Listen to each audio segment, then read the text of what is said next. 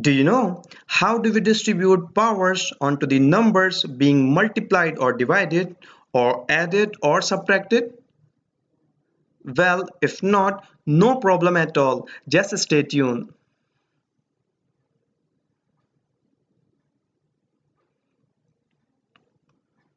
Before starting this video, I always remind you three things. Number one, during the video, some questions are asked. Pause the video there and answer those questions to yourself.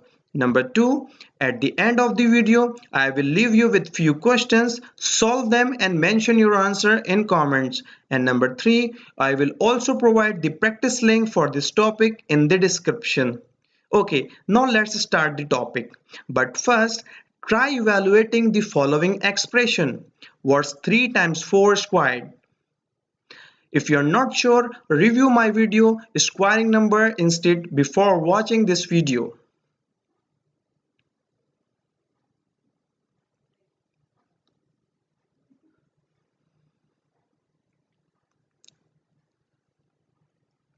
First you will multiply 3 times 4 to get 12 and squaring 12 give you 144. Let's see if we can figure out this another way. Squaring 2 times 3 times 4 gives you means we are multiplying 3 times 4 by another 3 times 4. And remember commutative property, when you multiply numbers together you can do that in any order. So let's swap the place of these two middle numbers. That gives us 3 times 3 or 3 squared or 4 times 4 or 4 squared. So it's look like 3 times 3 whole squared equals 3 squared times 4 squared. Try evaluating this expression to make sure that's right.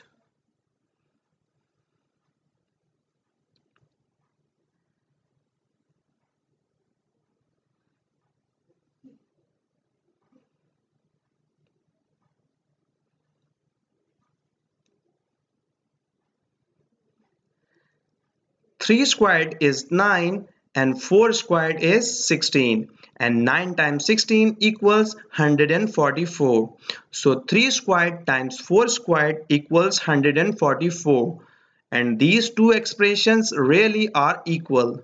So we have stumbled across a rule that always works. You can distribute exponents like this 2 onto numbers that are multiplied. So we can distribute this 2 onto the 3 and 4, giving us 3 squared times 4 squared. Try applying this rule to another example. Which of the following expression down here is equivalent to 5 times 7 raised to the 8th power?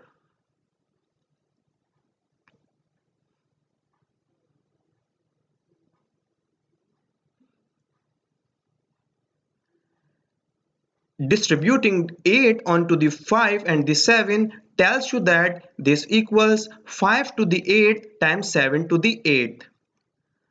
Now suppose that you are started with 6 to the 4th and you are multiplying that by 5 to the 4th. This actually equals another number raised to the 4th power.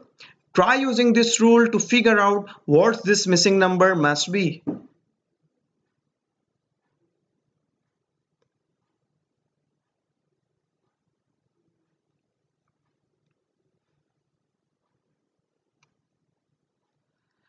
This missing number must be 6 times 5 and 6 times 5 equals 30.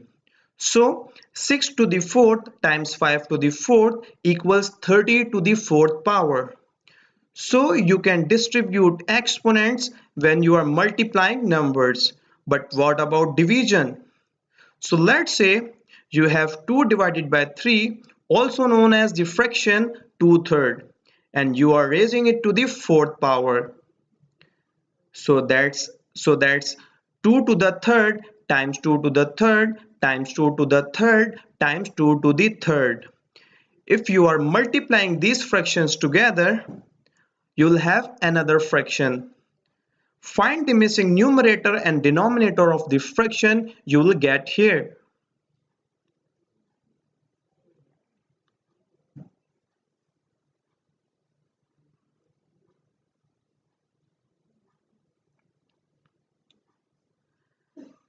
This equals 16 over 81.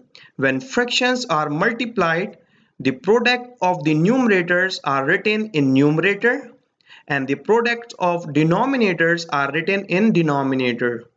So there are 4 2's and 4 3's are being multiplied together. So we have here 2 to the 4th divided by 3 to the 4th.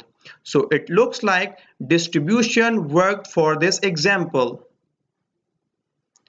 Whenever you divide numbers and then raise that to a power, you can distribute power and then divide. In other words, distributing exponent works for both multiplication and division. So try another example. 10 to the 7th divided by 2 to the 7th equals another number raised to the 7th power. What's the missing number down here?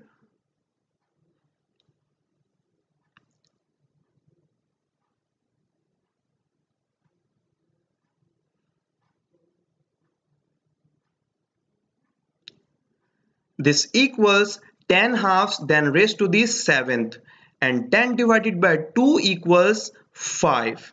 So 10 to the 7th divided by 2 to the 7th equals 5 to the 7th. So great. You can distribute exponents when you are multiplying numbers or you are dividing numbers. But what about addition and subtraction? Well, let's find out. Say you have 3 plus 4 whole squared. Can you distribute the square onto the 3 and 4? So does this equal 3 squared plus 4 squared? To find that out, try carefully evaluate these two expressions separately and let's see if they give you the same answer.